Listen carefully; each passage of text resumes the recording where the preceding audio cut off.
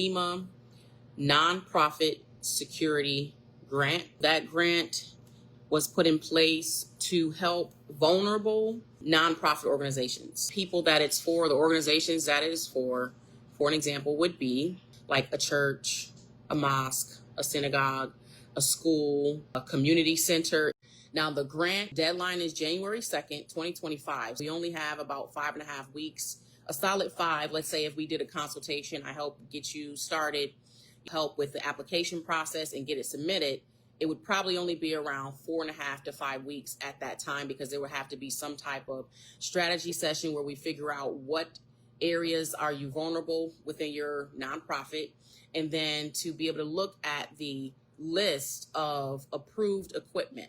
So there's a list that FEMA has that is considered approved equipment, meaning these are the things that would fall under this budget. The budget would be $200,000. That is the max that they are giving each individual nonprofit organization. This equipment has to be up to 200 grand or less, right?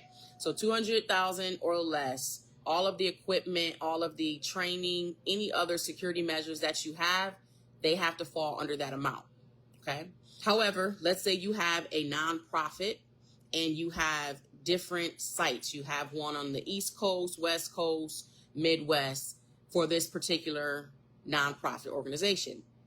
FEMA will pay $200,000 per site up to 3 sites and up to a total of $600,000. I know that there are a lot of people that will benefit from this, a lot of organizations that will benefit from this, because a lot of people think, and in myself, even learning about this grant, that it was only for nonprofits. They're the only ones that can benefit because it is a nonprofit security grant, right?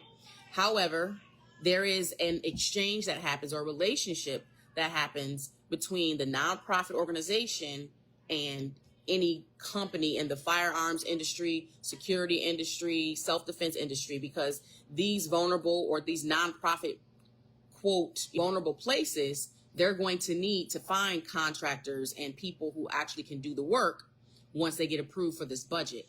And so this is why I stepped in, because I know I'm in this industry. I have a service, I have a product, and I have a community of other like-minded individuals who have a skill set that these nonprofit organizations could greatly benefit from. So this is why this is really important, because on one hand, the nonprofit, they have a need, and on the other hand, the security, firearms, self-defense industry, they have a skill set. And so that's where that relationship is built and where it comes together once the budget and the documentation is filled out for the application. So you will need to do a vulnerability assessment. You're going to need to do a needs assessment, meaning not only say where you're vulnerable, but then have to be able to create some type of budget to say, this is where all of these areas of vulnerability is. This is what it costs to get them fixed. So it's an equipment list. And what the equipment list shows is it basically, for every different area of vulnerability, it has a list of different approved equipment. And that approved equipment is what you can add to your list whenever we sit down and go through that vulnerability assessment that they have. You'd be able to see, you'd be able to look at what's approved. Most of these, of the typical things you would think for security would be approved, like security cameras, you know, bulletproof shields, bulletproof curtains, and as I mentioned, the gate, things like that. However, if you're in the medical field, they have other things like respirators. They have other medical equipment that you would need in case of an emergency, right? So that could be anything from masks to tests, etc. So I looked at the list, and it is very expansive. It is not just under the typical law enforcement or security type of products or services. It is truly, in the event of an emergency, what do I need?